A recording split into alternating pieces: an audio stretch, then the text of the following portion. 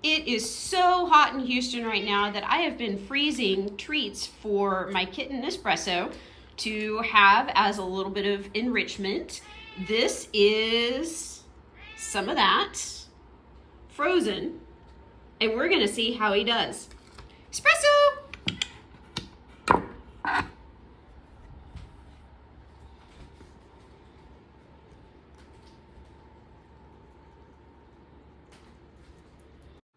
So you're sold on the idea that frozen treats for your pet might be a really great thing, but you don't have any idea what you might give them.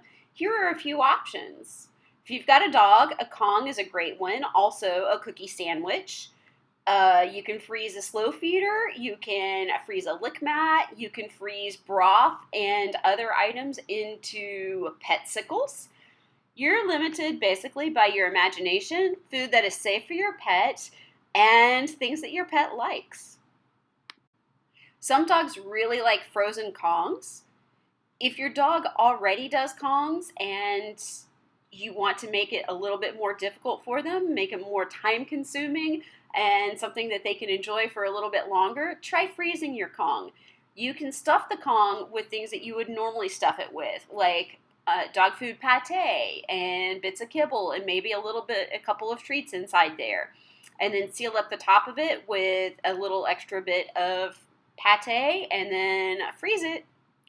You're golden. If you want to make just a basic pupsicle or petcicle with broth, that's easy to do. Use your own homemade broth or something specially formulated for pets that does not include onion or garlic, which are not safe for your pets to consume.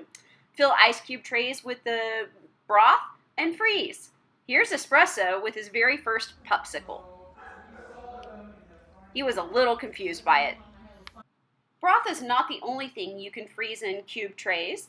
Here we've got chicken shreds with a little bit of chicken juice in one side of the fish ice cube tray and pumpkin puree in the other side.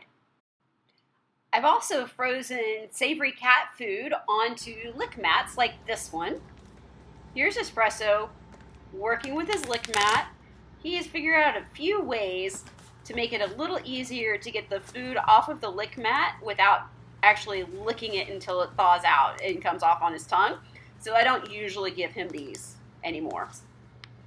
Instead, I usually freeze some of his cat food into one of these little prep dishes and let him enjoy it that way.